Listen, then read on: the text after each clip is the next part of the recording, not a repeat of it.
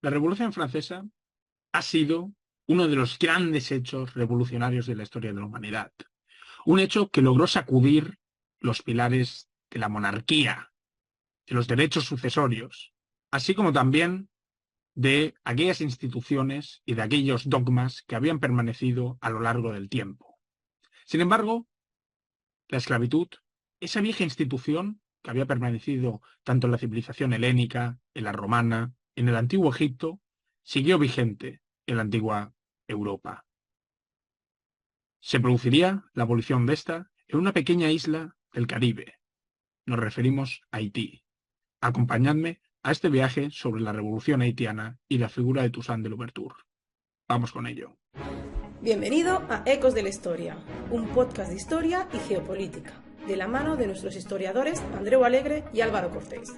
Podéis conocerles mejor en nuestros canales de Instagram, YouTube y Twitter, con Álvaro Cortés, historiador en Dinamarca y Copenhague que ver. Y recuerda, quien no conoce su pasado no puede entender su presente.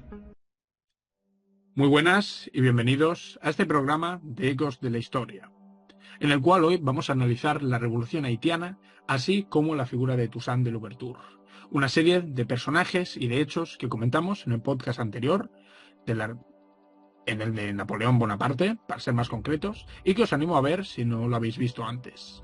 Dicho esto, vamos a adentrarnos un poco en esta historia. Para aquellas personas que no lo saben, Haití, en época colonial francesa, se llamaba Saint-Domingue.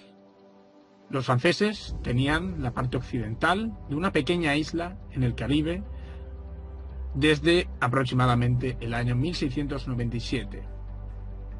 De esta pequeña porción de la isla habían conseguido notables beneficios económicos, frutos principalmente de diferentes plantaciones y de cultivos de cañas de azúcar.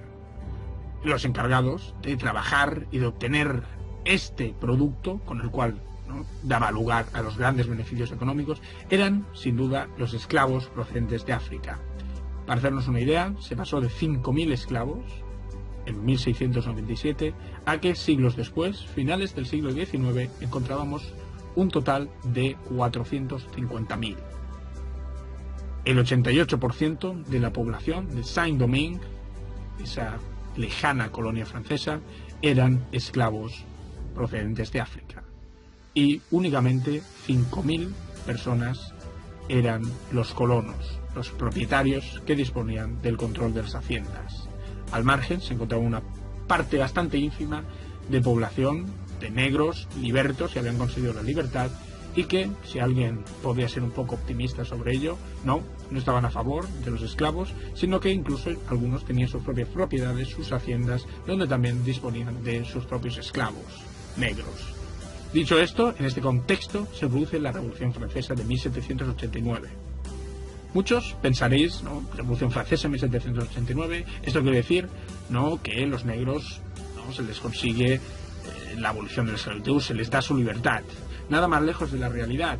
Y es que en aquellos momentos la Revolución Francesa, la Asamblea Revolucionaria, encontraremos muchas personas que se lucraban de la esclavitud. Y ello provocará que la esclavitud esté lejos de abolirse y que precisamente sea muy contraria a abolir esta institución. De manera que en la zona de Saint-Domingue escucharemos diferentes voces, proclamas revolucionarias, pero las cuales vendrán principalmente de los colonos. ¿Por qué de los colonos? Porque los colonos querían cierta autonomía respecto a la metrópolis francesa. También encontramos algunas voces, como la de los libertos, los cuales reclamaban cierto fin de la discriminación racial, que se tuviera mejor visto a los negros. Sin embargo, voces sobre acabar con esa institución opresora que había provocado la muerte de centenares y miles de personas, ninguna. ¿Cuándo se produce, por lo tanto, esta rebelión haitiana? En el año 1791, en agosto. Este es el momento donde las principales haciendas del norte empiezan a destruirse. Los esclavos se rebelan y establecen un ejército sin precedentes, un ejército de 100.000 esclavos de origen africano que ponen fin a la injusticia de ese periodo. Para entender estos hechos debemos de centrarnos en 4 figuras históricas. Georges Bissot, Jean-François, Toussaint de Louverture y Cécile Fatiman.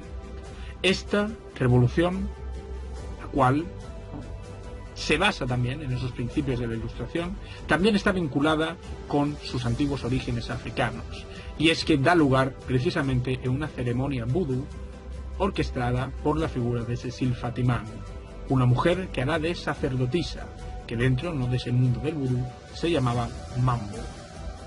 En estos hechos, esta ceremonia vudú dará lugar a que estas cuatro figuras se congreguen y decidan llevar a cabo la revolución, la rebelión contra la opresión de los antiguos colonos.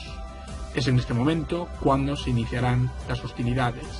Es en este momento en la que de estos cuatro sobresale una figura, y es precisamente la de Toussaint de Louverture, un hombre que se hará al cargo dentro del ámbito militar de los ejércitos esclavos y que logrará notables victorias frente a los antiguos colonos, frente a los antiguos propietarios y señores. Es precisamente esta fama la que lo catapultará como la figura fundamental de la revolución haitiana. Pero, ¿quién es Toussaint de Louverture? Toussaint de Louverture se llamaba Toussaint de Breda. ¿Por qué de Breda? Porque era la hacienda donde él había nacido y había trabajado durante muchísimo tiempo. Su padre era un antiguo cacique tribal llevado a la isla de Saint-Domingue, donde Toussaint de Louverture ejercerá diferentes profesiones. En un principio trabajará en la hacienda, en las plantaciones de azúcar, donde ascenderá a cochero y donde posteriormente se hará el encargado del ganado hasta conseguir su libertad. Sin embargo, donde muchos pensarían, he conseguido la libertad, me voy a desvincular de mis iguales, aquellos que han sido esclavos en ese contexto, Toussaint de Louverture es una persona diferente. Es una persona que se implica con ellos y que decide llevarlos a conseguir su libertad.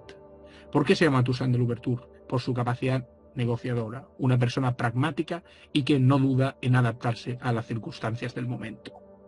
Dicho esto, Toussaint de Louverture ejerce de guía de estos revolucionarios, consiguiendo un cierto acercamiento con la Francia revolucionaria, pero en unas circunstancias completamente diferentes. Y es que se producirá esta cercanía el 4 de febrero de 1794, momento en el cual la Convención declara el fin de la esclavitud. ¿Por qué lo declara? ¿Por qué declara el fin de la esclavitud?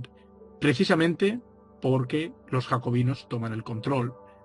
Pero no solo por esto, sino porque durante mucho tiempo franceses, ingleses, esas dos grandes potencias del Caribe, habían estado poniendo sus ojos en la isla. Habían estado buscando un pacto o una alianza con esos revolucionarios para poner fin a la presencia francesa en la isla. Dicho esto, se producirá ese acercamiento entre Toussaint de Louverture y los jacobinos. Una unión que llegará a buen puerto, y es que Saint-Domingue seguirá siendo una colonia vinculada a Francia, a pesar de la eliminación de la esclavitud. Muchos intentarán poner fin a esta vinculación, entre ellos los británicos, que en 1798 enviarán diferentes efectivos para acabar con la presencia francesa y hacerse con el control. Incluso llegarán a tomar el Puerto Príncipe. Pero Toussaint de Louverture, una vez más, establece quién manda, se hace con el control y decide, junto a los suyos, derrotar a los británicos en combate. Toussaint de Louverture se convierte en una figura fundamental de esta revolución, así como también de mantener aún la presencia francesa en la isla. ¿Cuándo es la gran ruptura entre colonia y metrópolis? Precisamente en el año 1801. Y es que Toussaint de Louverture decide, en esas circunstancias donde él se ha establecido como el gran líder, en 1801 fija una nueva constitución para la isla, donde se declara el gobernador perpetuo de la misma. Una mala decisión si tenemos en cuenta quién gobernaba en aquellos momentos en Francia. No es otro que Napoleón Bonaparte, el cual no lo vio con muy buenos ojos. Y por ese motivo, 1802 envía 35.000 efectivos bajo el tutelaje del general Leclerc, donde conseguirán la victoria frente a los revolucionarios haitianos de Saint-Domingue, y Toussaint de Louverture será enviado a Francia donde será puesto en vigilancia en una prisión.